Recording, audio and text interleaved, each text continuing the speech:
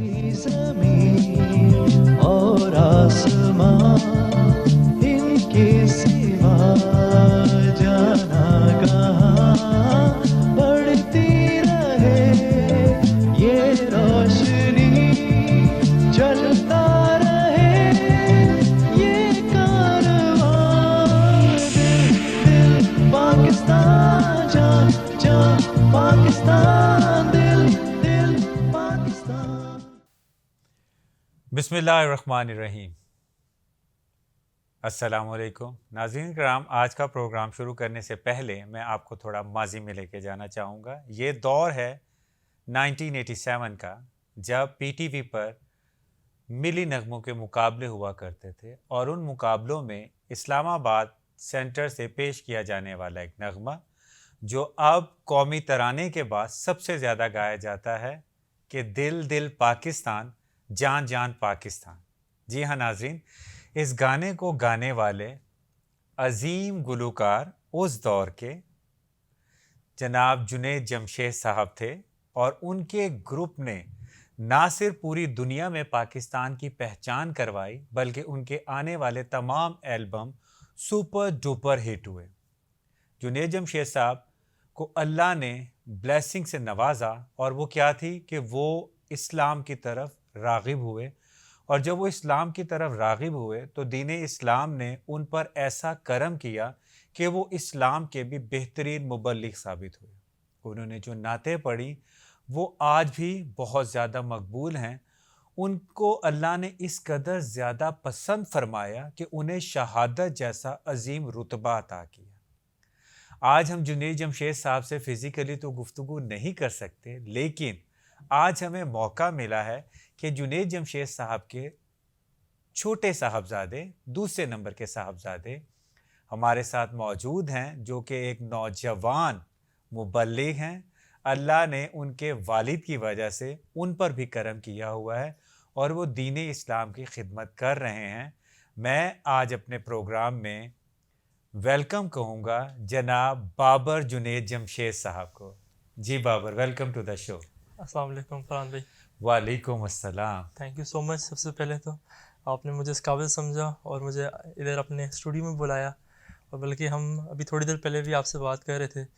तो जिन जिन शख्सियत के आप इंटरव्यूज़ देते हैं, तो मैं बड़ा खुश नसीब समझता हूँ कि आज मैं आपके साथ बैठा हूँ। आप अपने वालिद साहब की वजह से तो मकाम हासिल कर ही रहे हैं, लेकिन हम सबकी ये दुआ है कि आप अपने वालिद साहब के लिए क़यामत के दिन भी काबिल फ़ख्र साबित होंगे। आमीन आमीन।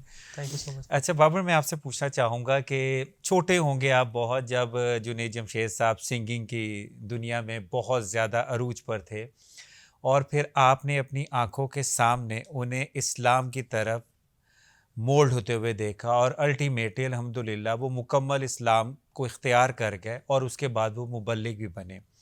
तो क्या फ़र्क महसूस करते हैं पहले की ज़िंदगी में? घर के हालात पहले कैसे थे?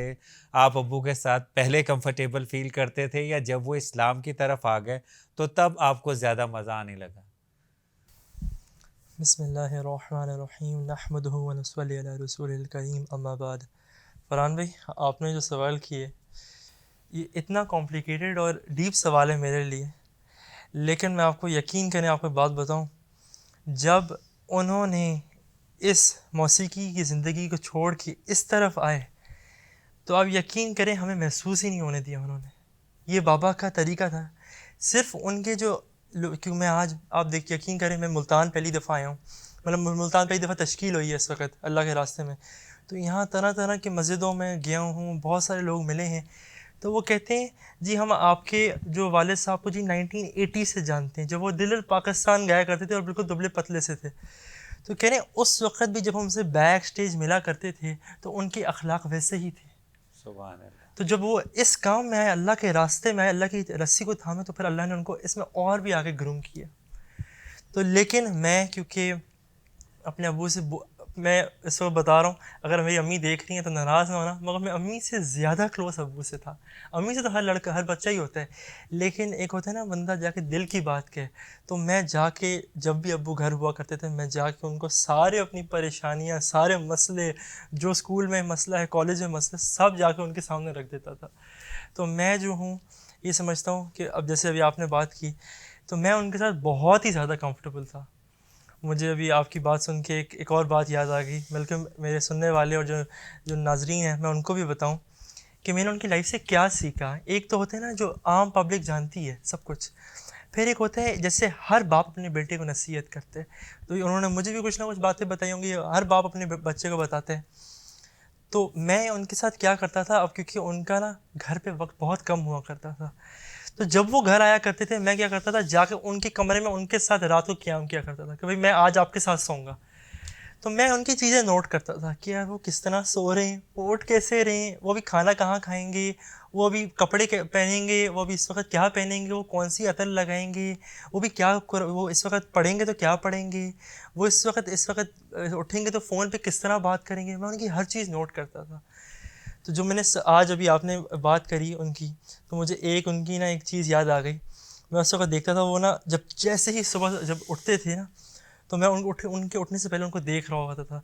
तो वो ऐसे उठ के ना, अपना उनका चश्मा उतरा हुआ होता था, तो वो उठ के ना ऐसे करके ना आँख मलते थे ऐसे, और दुआ पढ़ते थे, अल्हम्दुलिल्लाहिल्लज़ी अहयाना बअदा मा अमातना व इलैहि नशूर, उठने के सुबह की। तो मैं दुआ तो समझ जाता था, लेकिन वो क्या कर रहे हैं मैं ये नहीं देख पाता था, उस वक्त समझ नहीं थी इसकी। फिर मैं उनको देखता था कि वो इस वक्त जो है बैतुल खुला में जा रहे हैं, तो अपना उल्टा पैर अंदर डाल रहे हैं, फिर ये चप्पल पहन रहे हैं और टोपी पहन के जा रहे हैं। तो अब मुझे समझ में आई कि ये तो आप सल्लल्लाहु अलैहि वसल्लम की सुन्नत है, कि जो वो सुबह सुबह उठते थे तो वो अपनी आँख ऐसे करके मला करते थे, और ये हदीस है। और अब बात ये समझ में आती है कि आप सल्लल्लाहु अलैहि वसल्लम ने ख़ुद फरमाया, मन अहया सुन्नती फ़क़द अहब्बनी व मन अहब्बनी काना मअई फ़िल जन्नह, जिसने मेरी सुन्नत को ज़िंदा किया उसने मुझसे मोहब्बत की, और जिसने मुझसे मोहब्बत की वो जन्नत में मेरे साथ होगा। ऐसे उन्होंने करके दिखाया। सुभान अल्लाह, सुभान। तो अब समझ में आते हैं कि अब देखिए, इस वक्त मैं आज हर जगह फिर रहा हूँ, तो बहुत सारे लोग होते हैं दुनिया से चले जाते हैं, और बहुत सारे ऐसे भी हैं अल्लाह वाले भी जो दुनिया से जाते हैं। तो अल्लाह ने फिर लोगों के दिलों में मोहब्बत की अभी भी डाली हुई है। अभी भी मुझसे लोग मिलते हैं तो गले मिल के ये कि उनके आंसू निकल रहे होते हैं कि भाई जब जुनैद भाई की हमने ख़बर सुनी तो हमारा ख़ानदान जो है पूरा रोने लग गया। मेरे घर वाली, मेरी अम्मी, मेरी बेगम, मेरी बहन, सब घर में रो रहे हैं, और हमारे 3 दिन तक किसी ने खाना नहीं खाया। अब ये बात है मेरे लिए सुनना तो बड़ा अजीब है कि यार, मैं तो समझता हूँ ठीक है, हमारे घर में तो ये हो सकता है, ये मुकाम आया, ये इस वक्त इस तरह का अंजाम आया हो, लेकिन बाकियों के घर में भी आ रहा हूँ, तो उसकी क्या वजह है कि वो इतना ज़्यादा अपने आप को इस सुन्नतों में ताबे करके रखते थे। मैं आखिरी जो छोटी सी बस आपको मिसाल दे देता हूँ इस तरह की, कि नहीं जैसे भी आपने मुझे इंटरव्यू के बारे में बताया, कभी हम आपके वालिद साहब के इतने वो हम आपकी यूनिवर्सिटी में भी आए थे और आप उनसे इतनी मोहब्बत करते थे, हम जब आपने उनकी बात करी ना तो मेरे दिल में भी खुशी हुई, क्योंकि मैं उनसे मोहब्बत करता हूँ। तो इसी तरह जब हम आप सल्लल्लाहु अलैहि वसल्लम के बारे में बात करेंगे, उनकी तारीफ़ बयान करेंगे, उनकी सुन्नत को ज़िंदा करेंगे, तो अल्लाह को सबसे ज़्यादा मोहब्बत किससे है? हमारे आपके नबी पाक सल्लल्लाहु अलैहि वसल्लम से। तो अल्लाह फिर हमसे भी उसी तरह की मोहब्बत करेंगे। 100% सही बात आप बाबर कर रहे हैं।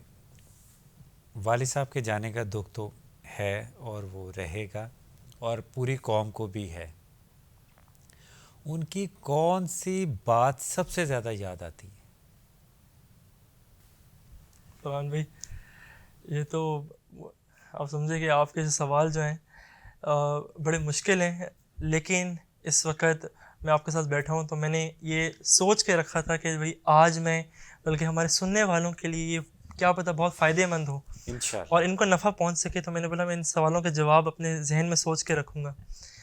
उन्होंने कुछ नसीहतें की थी, और बल्कि मुझे नहीं, बल्कि मेरा छोटा भाई सैफुल्ला है, हम एक दफ़ा उनके साथ बैठे तो उनके पैर दबा रहे थे। ठीक है, वो सफ़र से आए थे तो वो कमरे में आए तो वो लेट गए, तो उनका यार आओ जवाना आओ जल्दी आओ यार, मैं बहुत थका हुआ हूँ, मैंने 1 घंटे में भी जाना है। मतलब वो 1 महीने बाद आए हैं कहीं से, वो कह रहे मैंने 1 घंटे बाद जाना है। अब हम जो हैं यार, हमने बोला फ़ौरन बाबा के पास आओ। हम आए बैठे, अब मैं उनके पैर दबा रहा हूँ, सैफ जो है छोटा भाई वो उनके हाथ दबा रहे हैं। तो उस वक्त वो लेटे लेटे ना, जब वो नहीं, आप सल्लल्लाहु की हदीस है, हदीस में आपके सामने कोट कर देता हूँ, जिसका मफ़हूम है कि आप सल्लल्लाहु अलैहि वसल्लम फरमाया, दो चीज़ें अल्लाह के यहाँ ऐसी हैं जिनके यहाँ कोई पर्दा नहीं है। एक क्या, ला इलाहा इल्लल्लाह, दूसरा बाप की बेटे के लिए दुआ। तो उस वक्त वो लेटे हुए हैं और उनके दिल से दुआएं निकल रही हैं, अल्लाह तुम लोगों को कामयाब करे, अल्लाह तुम लोगों से काम ले। फिर कहते हैं, देखो बेटो, मैं तुम लोगों को दो तीन बातें ऐसी बताऊंगा, इनको अपनी ज़िंदगी में ठान लेना, और कभी इनको इन पे ये कोशिश करना किस तरह ज़िंदगी पे इन पे अमल करता रहूँ। सबसे पहले उन्होंने बोला, देखो बेटा, जो मर्द होते हैं ना, जो घर का बड़ा होता है, वो कभी भी घर ना बैठे, वो हमेशा घर से बाहर रहे, और वो घर वो निकला रहे। तो उस वक्त ये कि बात इतनी नहीं समझ में आती, मैं अभी आपको उसके थोड़ा वाजे करके समझाऊंगा। मैंने बोला, ठीक है बाबा, आप कह रहे हैं तो हम घर नहीं बैठेंगे। कह रहे, तुम लोगों ने मुझे देखा है, मैं कभी घर पे होता हूँ, कितना कम होता हूँ। हमने बोला, बाबा ऐसा ही है। तो उन्होंने बोला, इसी तरह अपने बाप को देखते रहो, कभी घर ना बैठना, हर वक्त निकलते रहना। हमने बोला ठीक है। फिर उन्होंने बोला, दूसरी बात तुम लोग को बताऊँ, देखो तुम लोग भाई हो ना, हमेशा ऐसे करके रहना, ऐसे, कहा मैं ज़िंदा हूँ ना हूँ, हमेशा ऐसा रहना। क्यों? उन्होंने बोला, अकेली जो बकरी होती है ना, उसको तो भेड़िया आके ये कि उसको शिकार कर लेते हैं, लेकिन अगर साथ हो ना तो फिर वो नहीं कर सकता। तो ना, हमेशा ऐसे मिलजुल के रहना। आज जब इनकी ये बातें सोचता हूँ तो अब समझ में आता है उनका असल मकसद क्या है। वो कहते थे कि भाई, इस रास्ते में निकलो, अल्लाह के रास्ते में निकलो, निकल के देखो कि तुम दुनिया है क्या। तो फिर अल्लाह, फिर ये क्या, अल्लाह जैसे मोहब्बत करते हैं ना, अल्लाह उस पर अपना दीन की समझ खोल देते हैं। जैसे मैं छोटी सी मिसाल दूँ, एक दरिया है, अब जब तक वो दरिया बह रहा है, उसके पास जो जानवर हैं वो भी उससे नफ़ा लेंगे, पानी पिएंगे, जो वहाँ पे लोग हैं वो भी वहाँ नहाएंगे, किसी के कपड़े गंदे हो गए वो कपड़े भी उस पर साफ़ कर लेंगे। ये कि लोग वहाँ पे अपने घर भी जो हैं वो उनके दोस्त यार भी आया करेंगे, भाई आपके घर पे दरिया है, हम यहाँ आके बारबेक्यू करेंगे, एक वीकेंड स्पेंड करेंगे। लेकिन जैसे ही दरिया ने अब बहना रुक गया, अब वो अपनी जगह पर रुक गया, अब सबसे पहले क्या होगा, वो सड़ेगा, उस पर कीड़े मकोड़े लगेंगे, अब वो गंदा होगा, और अब उससे ना जानवर नफ़ा ले सकते हैं ना इंसान। अब जो चीज़ उससे लगेगी वो भी गंदी होगी। अब जो लोग उनके जहाँ पे जो लोग रहते थे वो अपनी घर बार छोड़ के बोलेंगे, नहीं यार यहाँ पे तो रहने का फ़ायदा नहीं है, इस दरिया की बदबू भी हमारे घर में आ रही है, वो भी छोड़ के जाएंगे। तो इसी तरह जो मुसलमान है ना, उसकी अल्लाह ने ज़िंदगी ऐसी बनाई है, हिजरत वाली ज़िंदगी, मुसाफिर वाली ज़िंदगी ना, हमारी ज़िंदगी मुसाफिर वाली। तो मुसाफिर क्या, हर वक्त चलता रहते हैं। मिसाल उन्होंने, उनकी ज़िंदगी की मिसाल यही थी, आपने उनकी बोला उनकी कुछ बातें, तो वो एक मुसाफिर की तरह ज़िंदगी गुजारते थे, बस चलते रहो चलते रहो चलते रहो। उन्होंने अपनी, जिस दिन अपनी जगह पर रुक गए ना और जहाँ ठहर गए, समझो वहाँ पे अल्लाह काम लेना फिर छोड़ देते। अभी आपने बताया कि उन्होंने कहा था कि भाई ऐसे रहना, वो भी अपने भाई के साथ ऐसे ही थे? फरहान भाई, मेरे जो चाचू हैं जी। मेरे दो चाचू हैं, एक हुमायूं चाचू हैं। वो समझें कि हमने बहुत सारा वक्त एक साथ गुजारा है, बल्कि अभी भी, क्योंकि अबू का और चाचू का जो है यूनिवर्सिटी भी सेम थी, यूईटी इधर लाहौर में, और फिर क्योंकि दादा एयरफोर्स में थे, एयर कमोडोर थे, तो उन्होंने हमेशा ये कि एयरफोर्स की ही स्कूल में पढ़ा, एक साथ ही रहे। तो मुझे अभी भी वो आपने बात बोली तो किस्सा याद आ गया। एक दफ़ा बाबा बैठे हुए थे तो कहते हैं, यार तुम लोग तो यार कोई कोई कोई ऐसी कोई हरकत ही नहीं करते जिससे मुझे तुम लोग पे गुस्सा है, तुम लोग कोई शरारती काम ही नहीं करते। तो मैंने बोला, बाबा आप क्या करते थे जब आप छोटे थे? कह रहे हैं, यार मत पूछो बाबर बेटा, हमारे दादा को डैडी क्या करते थे, कहते हैं डैडी से इतनी मार पड़ी हमें कि एक दफ़ा मैं, वो अपना बता रहे थे कि मैं और हुमायूं, हम टीवी लेकर, जो नया नया उस वक्त वो टीवी वो आया था, कह रहे हैं डैडी लेकर आए थे, तो उनको वो एयरफोर्स वालों ने दिया था। तो कह रहे अब वो टीवी लेकर आ गए और इस वक्त वो चले गए कमरे में आराम करने सोने। अब हमने क्या किया, मैंने बोला यार हुमायूं ऐसे करते हैं यार, एक टीवी को अपने कमरे में ले चलते हैं। अब लेकिन डैडी लेकर आए, हम भी देखें इसमें क्या आता है क्या है। कह रहे हैं उसने वहाँ से पकड़ा, मैंने यहाँ से पकड़ा, लेकर जा रहे हैं दरवाजे के पास, एकदम ठोकर लगी और ढस टीवी नीचे, और वो जो टूटने की आवाज़ आई है। कह रहे हैं डैडी जो बाहर आए और हम दोनों ऐसे करके उन देख रहे हैं उनको और मुस्कुरा रहे। कह रहे हैं फिर हमें जो मार पड़ी उस वक्त के तो क्या आपको भी अपने डैडी से मार पड़ी?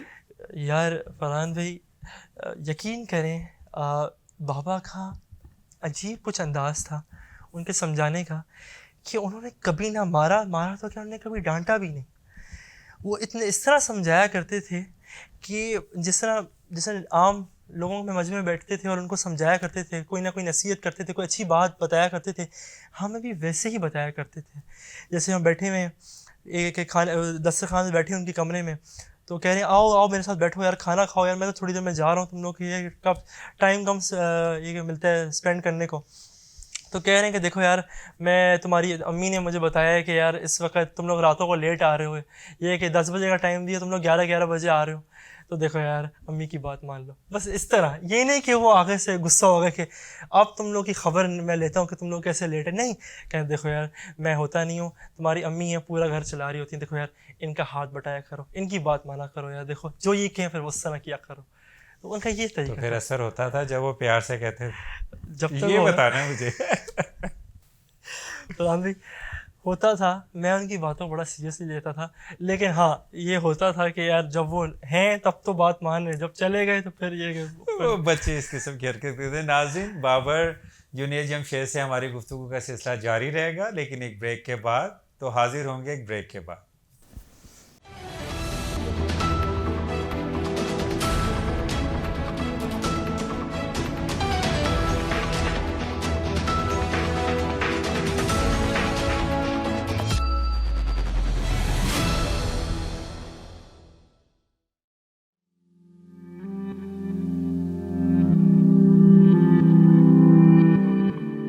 In the age we live, knowledge is power, and education is the training to acquire it. Enter Institute of Southern Punjab Multan, where freedom, empowerment, creativity, and innovation form the cornerstone of the future.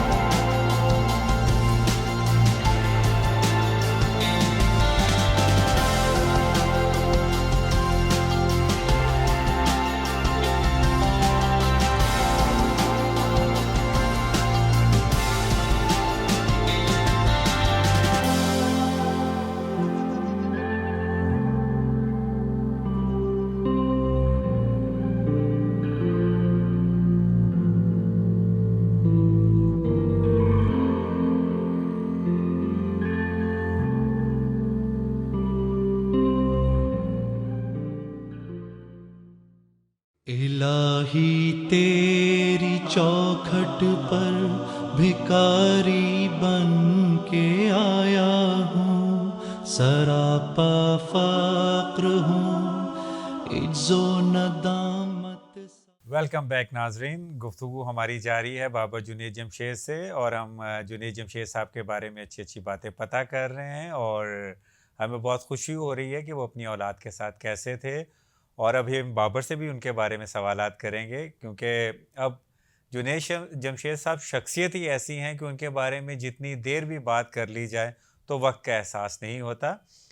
Babar, हमें ये बताइए कि एक अजीम personality की औलाद होना काबिल फ़ख्र तो है, तो क्या इसके एडवांटेजेस ज़्यादा आपको मिले या डिसएडवांटेजेस ज़्यादा मिले? I am talking about school में टीचर्स ने जिसे कहते हैं ना नर्म हाथ रखना, या रायत कर देना, एक्स्ट्रा फेवर कर देना, या इसके ऑपोजिट काम हुआ? फरहान भाई, इस तरह है कि आपने बिल्कुल सही बात बोली। हर चीज़ के ये कि प्रोज एंड कॉन्स दोनों होते हैं। तो अब हमारी जो स्कूलिंग थी वो आप समझें कि हमने जैसे अबू ने तो एयरफोर्स के सारे अदारे में पढ़ा, लेकिन हमने जैसे प्राइवेट स्कूल्स होते हैं कराची में उधर पढ़ा। तो वहाँ पे तो ऑफकोर्स रूल किसी के पास किसी के ऊपर एडवांटेज नहीं होती। वहाँ पे तो सब स्टूडेंट्स इक्वल होते हैं टीचर्स के लिए। लेकिन टीचर्स के साथ मुझे आज भी उनकी समझे कि उस्ताद जो होते हैं बाप की दर्जे के होते हैं, तो उनसे कुछ बातें ज़रूर सीखी। वो ये कि उस वक़्त जब मेरी स्कूलिंग एज थी, उस वक़्त बाबा का ये इस तरफ रुझान हो गया था, और ये कि उनके लोगों के साथ उनकी मोहब्बत भी थी और ताल्लुक़ भी था। तो मेरे कई टीचर्स जो थे वो बाबा के ही स्कूल कॉलेजेस से पढ़ के आया वही मेरे टीचर्स हुआ करते थे, फेलोज़ थे उनके। तो अब वो ये एक्सपेक्ट कर रहे होते थे कि मैं भी जो हूँ उन्हीं की तरह होऊंगा बिल्कुल। तो उनकी एक्सपेक्टेशन हमेशा बहुत हुआ करती थी। जैसे मुझे अभी भी याद है कि अब एक हमारा प्रोजेक्ट हो रहा था, तो उसमें हमारे एक इंग्लिश सर थे, उनका नाम नहीं लूँगा इस वक्त, आई होप वो देख रहे हो ये। तो उन्होंने कहा कि यार देखो, पूरी क्लास में ना अब ये ग्रुप काम है, लेकिन तुम जो प्रेजेंटेशन जो हो क्लास के सामने आकर प्रेजेंट करोगे। मैंने बोला ठीक है सर, कोशिश कर लूँगा। अब मैंने की तो मैं ठीक है, सब ने भाई अप्रिशिएट किया। अब जब मैं आके बैठा तो मेरे पास हल्के से आके कान में बोले, यार तुम्हारा बाप तो यार स्टेज पे आके जब आता था तो यार 4 चांद लगा देता था यार। तो मैंने बोला यार मैं इस बात को क्या, मैं पॉजिटिव तो मैंने लिया, लेकिन फिर अंदर दिल में होता था यार कि यार मैं कुछ ऐसा करूं कि यार जो उनकी एक्सपेक्टेशंस है मैं उन पे उतरूं, कि यार मैंने जिस तरह अभी किया मैं उससे नेक्स्ट टाइम और बेहतर करूं। तो इस तरह फिर वो आहिस्ता आहिस्ता स्टैंडर्ड का बार अब्बू की वजह से बहुत हाई था यार। फरहान भाई वो उन्होंने उसकी आपने बोला ना प्रो एडवांटेजेस, ठीक है, कई दफ़ा एडवांटेजेस होते हैं। अगर कभी कोई पहचान लेता है तो कभी कभी किसी ऐसी जगह पे जहाँ पे ये कि थोड़ा सा किसी जगह में डिले हो रहा है, तो कोई कहते नहीं आप आ जाए, मैं आपकी हेल्प कर देता हूँ इस काम में, कि भाई आपकी वालिद साहब से मोहब्बत है। लेकिन कई जगहों पे होता है कि लोगों की एक्सपेक्टेशंस और स्टैंड जो एक बार है ना वो बहुत हाई होता है, कि यार अब जो है बाबर भाई आ रहे हैं, तो जी हमने जुनैद भाई के अंदाज़ में आपसे कुछ बात सुननी है। वहाँ पे जो है ना फिर मैं अम्मी से कहता हूँ, यार माँ पापा की यार इतने यार अब मालूम होता है कि यार ऐसे चाहने वाले, यार हमें तो मालूम ही नहीं था। तो फिर वो ये थोड़ी सी चीज़ें प्रेशर पे ना बहुत ब्लेसिंग रखी, और अल्हम्दुलिल्लाह पाकिस्तान के हीरो हैं, और आज आप भी हीरो हैं, क्योंकि हमारे प्रोग्राम का नाम है हीरोज़ ऑफ द सॉइल। तो हम आपसे जो बात कर रहे हैं ना, हमें एक छोटा जुनैद जमशेद नज़र आ रहा है, तो हम इसी हवाले से बात कर रहे हैं।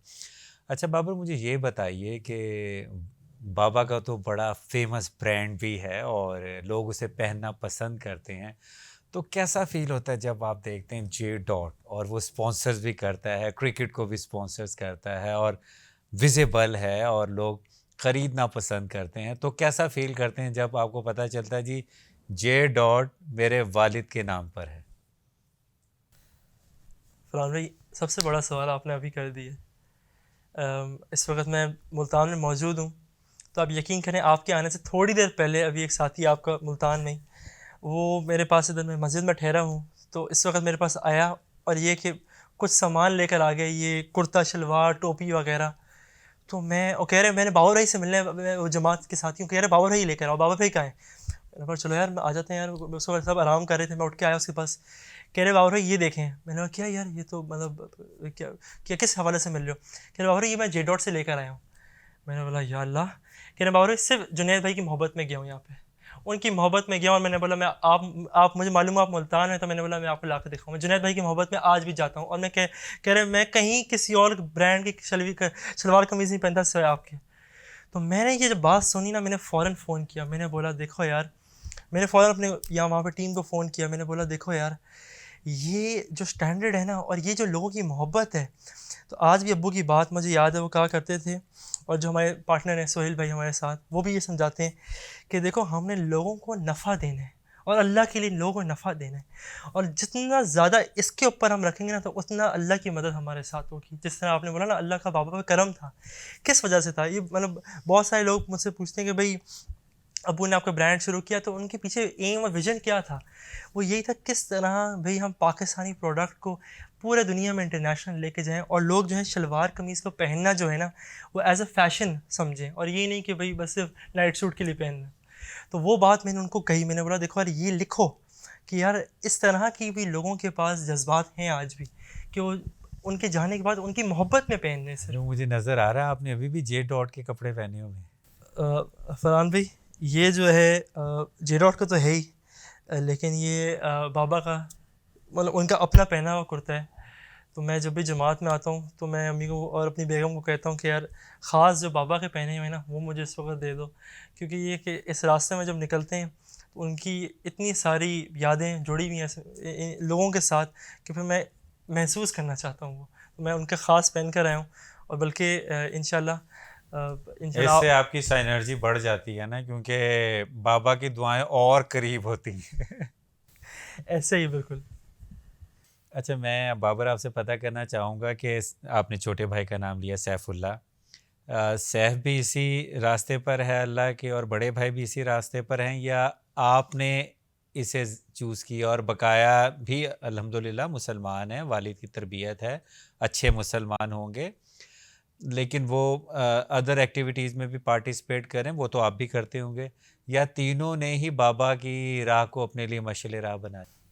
अपना फरहान भाई जो सैफ हैं छोटे और तैमूर जो हैं, मैं समझता हूँ उनका मेरा इस वक्त जो अल्लाह के रास्ते में निकलना उनमें उनका बहुत बड़ा हाथ है, दोनों भाइयों का। वो समझें दोनों की बिज़नेस माइंड है। मैं बल्कि उनसे अक्सर जब भी कोई हेल्प चाहिए होती है किसी कारोबारी मामले में उनसे जाके लेता हूँ। सैफ मुझसे 7 साल छोटा है और वो भी अपने ए लेवल्स का उसका साल चला है, लेकिन मैं उससे जाकर मशवरे लेता हूँ। और यहाँ तक कि बाबा भी, हम उनको बाबा कहा करते थे, तो बाबा भी कहा करते थे यार इसका सैफ और जो है ना जो जहन है ना वो कारोबारी जहन है। तो सैफ को का वो इस वक्त कराची में आईबी में पढ़ रहा है, तो इस वक्त उसका आईबी में उसने एडमिशन लिया अभी, तो उसका सारा रुझान उधर ही है। लेकिन मैं उसको कभी कभी कुछ ना कुछ ये कि नसीहत करता रहता हूँ कि देखो तुमने कारोबार अगर करने हैं तो जिस तरह बाबा ने किया था उसको टिप्स और ट्रिक्स थोड़ी बताता रहता हूँ। फिर इस कारोबार के मामले में हो तो वो मुझे बताता रहते हैं, ज़्यादा कारोबारी है वो उसका ये कि जहन जो है मैं समझता हूँ वो दोनों मेरे से ज़्यादा स्मार्ट हैं। तो उन्होंने मुझे कहा देखो तुम जो निकलते हो ना ये अल्लाह के रास्ते में, तो पीछे हमारे जो सारे काम है हमारे जो कारोबार में इतनी अल्लाह बरकत देते हैं कि 2-2 महीने वाले काम जो है 2-2 घंटे में हो जाते हैं। तो तुम ये कि इसको और इसमें ये कि आगे आगे बढ़ते रहो, और हम ये कि इंशाल्लाह तुम्हारे साथ साथ तुम्हें सपोर्ट करते रहेंगे। यानी कि अब जो जे डॉट को हैं वो तैमूर देख रहे हैं और सैफुल्लाह उनके हेल्पर हैं। बिल्कुल ऐसे ही जी। और जो बाबर हैं वो सिर्फ क्रीम एंजॉय कर रहे हैं। ये समझे कि मैं फर्स्ट ड्यूटीज़ मेरी भी हैं, मैं भी जाता रहता हूँ, लेकिन ये कि ऑफ कोर्स मैं थोड़ा समझता हूँ कि मुझे बैलेंस करना चाहिए, तो थोड़ा थोड़ा इधर भी वक्त देता रहता हूँ। क्योंकि जैसे अभी हमारे साथ सईद भाई मौजूद थे, तो ये कि वो अक्सर फ़ोन कर देते हैं कि देखो तुमने इतने घंटे देने, उन्होंने एक मुझे एक वो स्केड्यूल दिया है, देखो 8 घंटे कारोबार को तुमने देने, फिर 8 घंटे तुमने अपने घर वालों के अपने घर के काम को देने, फिर 8 घंटे तुमने अल्लाह को देने, पूरे 24 घंटे इस तरह बैलेंस करना। सईद भाई के साथ नाज़िम मैं सईद अनवर साहब की बात कर रहा हूँ, क्योंकि वो है ही इतने अच्छे और प्यारे इंसान के उनके साथ भाई लगाने को अपने आप दिल चाहता है। तो सईद भाई के साथ जब आप होते हैं तो बाबा की याद तो फिर ज़्यादा आती होगी। यकीन करें फरहान भाई, एक तो सही क्योंकि अच्छा आपने उनका नाम ले लिया कि वो तो खुश होते हैं कि भी उनका इस तरह नाम लें इस काम में जिसमें निकले हुए, तो वो चाहते हैं कि हम ज़्यादा से ज़्यादा उनका तारुफ हो। तो सईद भाई का जो है ना, आप यकीन करें बाबा के साथ 92 से वक्त लग रहे हैं और उनकी दोस्ती उस वक्त से, उन्होंने अभी थोड़े दिन पहले मुझे बताया, तो कह रहे हैं तुम्हारे बाप को जो मैं उस वक्त से जानता हूँ, तो अभी पिछले दिनों उनके साथ ये इस साल मैं उनके साथ 40 दिन पे निकला हूँ। जब पिछली दफ़ा मैं उनके साथ गया ना, तो उन्होंने कहा कि देखो तुम पहली दफ़ा मेरे साथ सफ़र कर रहे हो, जब सफ़र ख़त्म होगा ना तो मैं तुम्हें एक छोटी सी नसीहत दूंगा। मैंने कहा ठीक है सईद भाई। अब सईद भाई को मैं उनसे इतना कुछ सीखता हूँ, इतने ये कि उनकी ऐसी ऐसी बातें होती हैं जिनसे बंदा हर वक्त कुछ ना कुछ नॉलेज में अपनी इजाफा करता रहे। अच्छा बाबर, मैं आपसे पता करना चाहूँगा, अब माशाल्लाह आप तबलीग का काम करते हैं, क्या महसूस करते हैं कि हमारे नौजवानों में किस चीज़ की कमी है जो वो इस्लाम से दूर होते जा रहे हैं? कैसा वो क्या चीज़ करें कि वो क्योंकि नबी करीम सल्लल्लाहु अलैहि वसल्लम ने भी दीन और दुनिया दोनों को साथ लेके चलने का कहा है, लेकिन हमारी बदबख्ती ये है कि हम दुनिया में ज़्यादा खो गए हैं और जो अबदी ज़िंदगी है जिसमें हमने हमेशा रहना है और उसमें रहने का जो इख्तियार है वो अल्लाह ने हमें दिया है। अच्छे अमाल पे अल्लाह हमें फ़ॉर एवर जन्नत दे देगा और बुरे अमाल में हमें अल्लाह दोज़ख भी दिखाएगा, लेकिन हमें अल्लाह की रहमानियत पे ज़्यादा बिलीव है कि इंशाल्लाह मुसलमान जन्नत में जाएगा। लेकिन अल्लाह को फ़ख्र, नबी करीम सल्लल्लाहु अलैहि वसल्लम को फ़ख्र तब महसूस होगा कि हम फ़र्स्ट टाइम ही जन्नतुल फ़िरदौस के जाने के काबिल हों। आप क्या कमी महसूस करते हैं कि हमारे नौजवानों को क्या करना चाहिए? फरहान भाई, ये आप समझें कि इस वक्त निकला हूँ तो ये कि अल्लाह मुझसे बुलवा लें, कोई कमी पेशी हो तो अल्लाह माफ़ करें। तो इस वक्त जैसे मेरी उम्र 25 साल है, मैं समझता हूँ कि मेरी एज में ही यही होता है टाइम इस वक्त, या तो मेक होता है या ब्रेक होता है, टर्निंग पॉइंट होते हैं, मेक और ब्रेक वाला लाइफ का पॉइंट होता है। तो फरहान भाई, मैं ये समझता हूँ जो अपनी इस वक्त सिर्फ मतलब मैं कोई तजर्बेगार तो नहीं हूँ, मगर मैंने अपनी 25 साल में अपने बाबा को जो देखा और उनके जो दोस्त हैं सईद भाई और उनकी और इस तरह के कई उलमा कराम के साथ, मौलाना ताइज़ मीर साहब के साथ उनका उठना बैठना हुआ करता था, तो जितने इन लोगों को मैं देखता हूँ तो ये जो ऊपर से अगर अब मैं थोड़ा सा ये कि हमारी नौजवान नस्लों को कुछ थोड़ी सी एक टिप्स दे दूँ और कुछ गाइडेंस दे दूँ, वो ये कि देखो अल्लाह ने ना हर चीज़ एक मकसद से बनाई है, ठीक है ना, हर चीज़ का एक मकसद है। जैसे मैं आप लोगों को मिसाल दूँ कि ये जो लाइट्स हैं इनका एक मकसद है कि भाई ये रोशनी देती हैं, अंधेरे को रोशन करती हैं। तो जब तक ये रोशनी दे रही हैं तो ये स्टूडियो में भी लगी हुई हैं, हमारे घरों में लगी हुई हैं, हमारे ड्राइंग रूम्स में लगी होती हैं, हमारे कमरों में, हमारे घरों में लगी होती हैं। अब जब ये रोशनी देना छोड़ देगी तो हम इसको क्या करेंगे? फरहान भाई, उठा के फेंक देते हैं ना, एग्जैक्टली, है ना, तब्दील कर देंगे, तब्दील रिप्लेस कर देते हैं। हाँ, इसको आसानी अल्फाज में रिप्लेस कर देंगे भाई, उस वाली जो ख़राब हो गई उसको हटा देंगे और जो नई है उसको ले आएंगे। तो इसी तरह मुसलमान जो है ना आज अपने मकसद से सिर्फ हट गया है, अपने मकसद पे नहीं है। तो अल्लाह को तो हमारी ज़रूरत है नहीं। अल्लाह ने फिर क्या किया कि अगर हम अल्लाह के रास्ते में नहीं चलेंगे तो अल्लाह हमें रिप्लेस कर देंगे, अल्लाह किसी और से काम ले लेंगे, हमारे बदले कोई और काम कर लेंगे। एक और मिसाल है जैसे आप लोगों को दूँ, दुनिया में जितनी भी गायें काओ, हर मुल्क में, चाहे आप अमेरिका ले लें, पाकिस्तान ले लें, चाइना ले लें, जापान ले लें, हर जगह पे एक ही भैंस है जिसका मकसद एक ही है। उनका रंग अलग हो सकता है, उनका कद अलग हो सकता है, उनका खाना भी शायद थोड़ा बहुत अलग हो सकता है, लेकिन उनका मकसद एक ही है, क्या जी? वो दूध देती है, ठीक है। अब जब तक वो दूध दे रही है हम उसका ख्याल करेंगे, उसका प्यार करेंगे, उसको खिलाएंगे पिलाएंगे, उसको तंदुरुस्त रखेंगे, फिर उसको हर चीज़ से बचा के रखेंगे, बीमार ना हो जाए, सेहत का ख्याल रखेंगे। जैसे ही उसने दूध देना बंद किया उसको कसाई के हवाले कर देंगे, उसको ज़िबा कर दो, उससे मकसद से हट गई ना, अब ऐसे काम ही नहीं है कोई। तो बात यह, आज मुसलमान जो है ना अपने मकसद से हट गए। तो हमने कोशिश ये करनी है अपनी इसी ज़िंदगी में रहते हुए, जहाँ हम लोग डॉक्टर बन रहे हैं, जहाँ इंजीनियर बन रहे हैं, जहाँ हम लोग ये जैसे आपके इंस्टीट्यूट में मैं आया हूँ, यहाँ इतने टैलेंटेड लोग हैं और इतने जहनी लोग हैं, हर फील्ड के तबके के, इसमें इतने सारे यहाँ पे कि मैं कितने सारे लोगों से मिला, वो मुझे अपनी अपनी फील्ड बता रहे हैं। तो मैं सुन के इतना इम्प्रेस हुआ, तो मैंने सिर्फ यही बात इसमें ये पिक करी कि इसी काम में रहते हुए, हमने इसी फील्ड में रहते हुए हमने अल्लाह के हुक्मों को ज़िंदा करना है कि भाई इस वक्त अल्लाह का हुक्म क्या है। जैसे अगर समझें हमने दुकान खोली हुई अपनी, एक दुकान में बैठे हुए और अब अज़ान की आवाज़ आ गई, भाई क्या, हय्या अलस सलाह, भाई आओ नमाज की तरफ, हय्या अलल फलाह, आओ कामयाबी की तरफ। अब हमने क्या करना है, मैं आप लोगों को, बल्कि ये मैं दलील से इसमें बताता हूँ। अभी आपने अपनी दुकान बंद कर देनी है और इस यकीन से बंद करनी है कि मैं दुकान नहीं चलाता, अल्लाह मेरी दुकान चलाते हैं। तो किस तरह, अब जब अल्लाह ने अपने काम के लिए बुला लिए, जब मैं अल्लाह के काम के लिए जाऊंगा तो अल्लाह मेरा काम मेरे से बेहतर करेंगे या मैं बेहतर कर सकता हूँ? और अगर हम ना जाएं तो इसका क्या मतलब हुआ कि भाई नहीं या अल्लाह आपका काम तो ठीक है, लेकिन मैं अगर दुकान छोड़ूंगा तो मेरा सौदा कैसा होगा, मेरा सब मेरी दुकान किस तरह चलेगी? तो ये बस सारा हमने फ़र्क है ना। जैसे दुनिया में एक छोटी सी मिसाल देता हूँ कि भाई अगर मैंने किसी ज़रूरतमंद के काम आ गया, अब जब मैं उसको जब फ़ोन करूँगा वो मेरे काम आएगा। तो अल्लाह के यहाँ मामला यही है कि अगर हम अल्लाह के काम को करेंगे तो अल्लाह हमारे सारे काम करेंगे। और अल्लाह का काम क्या है? मस्जिदों का बात करना, लोगों को अल्लाह का तारुफ़ कराना, लोगों को अल्लाह की तरफ जोड़ना। जैसे एक माँ ने का बच्चा नहीं घूम जाता, अब जब बच्चा घूम गया तो माँ कितनी बेचैन है, और कोई फला शख्स उस बच्चे को ढूंढ के ले आए और उसकी माँ से मिला दे। अब वो माँ बच्चे को प्यार करने से पहले जो उसको लेकर आए उसका शुक्रिया अदा करेगी कि तुम इसको मेरे पास ले आए।